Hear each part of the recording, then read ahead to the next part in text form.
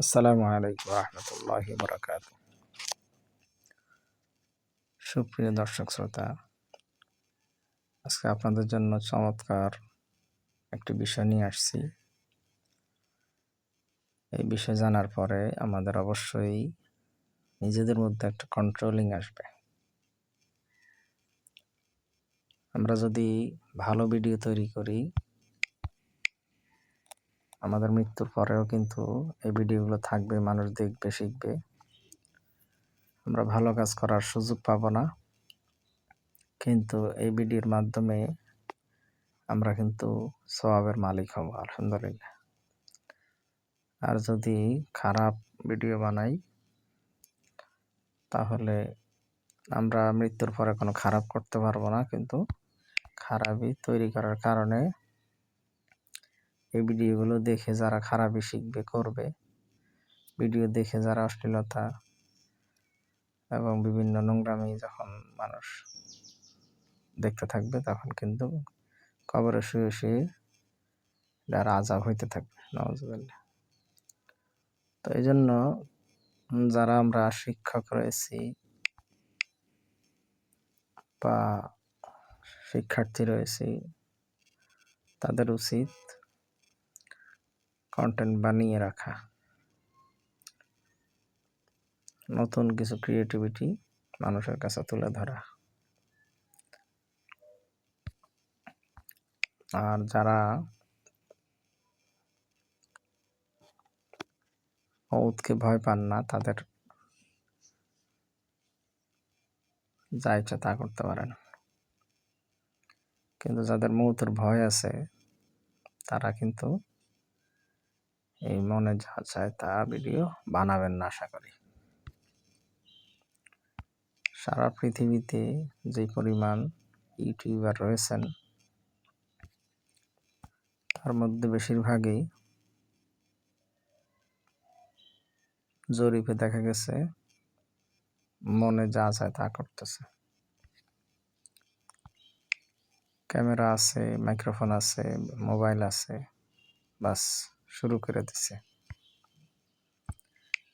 83% সফল content creator যে topic নিয়ে এখন ভিডিও বানায়, তারা এই টপিক নিয়ে শুরুই করেননি।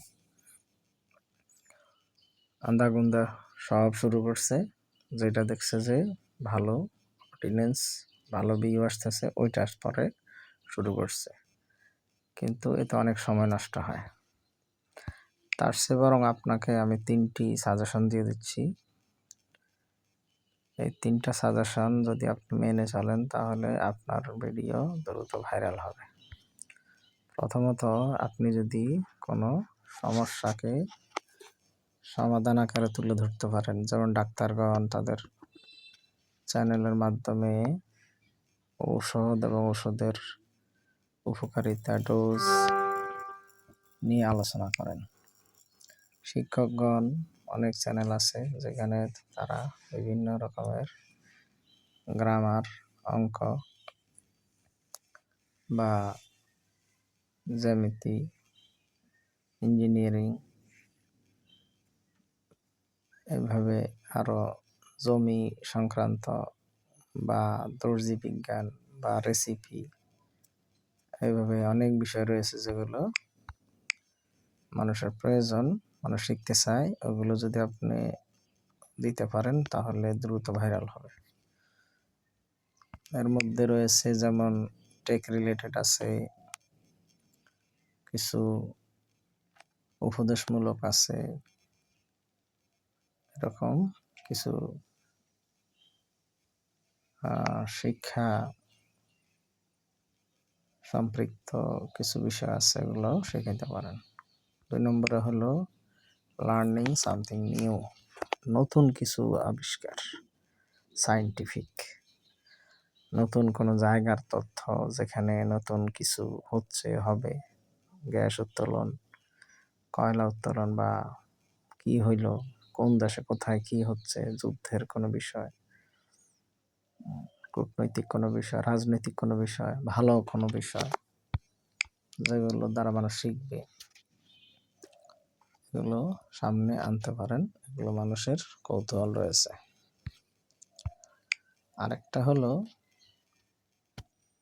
আইডিয়া, কম্পিউটার শিখা, মোবাইল রিপেয়ারিং শিখা, ড্রাইভিং শিখা, রেসিপি শিখা, এগুলো আইডিয়া দিতে পারেন। ব্যবসায়িক যে সমস্ত ব্যবসার আইডিয়া রয়েছে, অল্প পুঁজিতে ভালো ব্যবসা, কিভাবে পড়ালেখা মুখস্থ করা যায়, কিভাবে হাতের লেখা সুন্দর করা যায়, এরকম আইডিয়াগুলো আপনি আরও অনেক বিষয় আছে, এগুলো নিয়ে ভিডিও বানাতে পারেন। এগুলো উপার্জনও ভালো এবং সওয়াবও আছে। অ্যারাবিক বিষয় আনতে পারেন, সূরা কেরাত আনতে পারেন, গজল আনতে পারেন। এখানে ইউটিউব ভিডিও কিভাবে বানাবে, যেমন আমি আপনাদেরকে আমার চ্যানেলে বেটার এডুকেশনাল ব্লগ নামে যে আমার চ্যানেল, এই চ্যানেলের মধ্যে আপনাদেরকে আমি নতুন নতুন আইডিয়া দিয়ে থাকি। তো এখানে মেন কথা হলো, if you can explain complex things easily, সহজভাবে হতে হবে। বেশি লম্বা ভিডিও বানানো যাবে না, বেশি কথা পেঁচানো যাবে না, সহজ ভাষায় ধীরে স্থিরে মানুষকে বুঝিয়ে দিতে হবে। ক্যান মিক্স ডিফারেন্ট কনসেপ্ট, এবং আলাদা আলাদা কনসেপ্ট হতে হবে। একই ভিডিওতে একই বিষয় বারবার বলা যাবে না। একটা বিষয় বলেছেন, এটার সাথে আরেকটা বিষয় নতুন, আরেকটা বিষয় নতুন, এরকম যেরকম আমি এখন আজকের ভিডিও 3টা বিষয় আলাদা আলাদা আলাপ করলাম, এরকম আপনি মিক্স করবেন, ডিফারেন্ট আলাদা আলাদা বিষয়ের মিক্স, একই বিষয় 3বার বলবেন না। ক্যান শেয়ার ইন্টারেস্টিং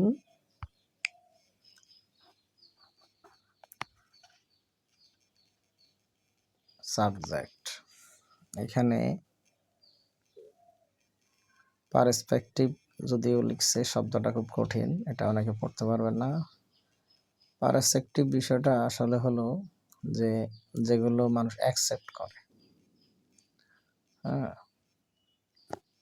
এবং এগুলো স্পেশাল হয়, বিশেষত্ব।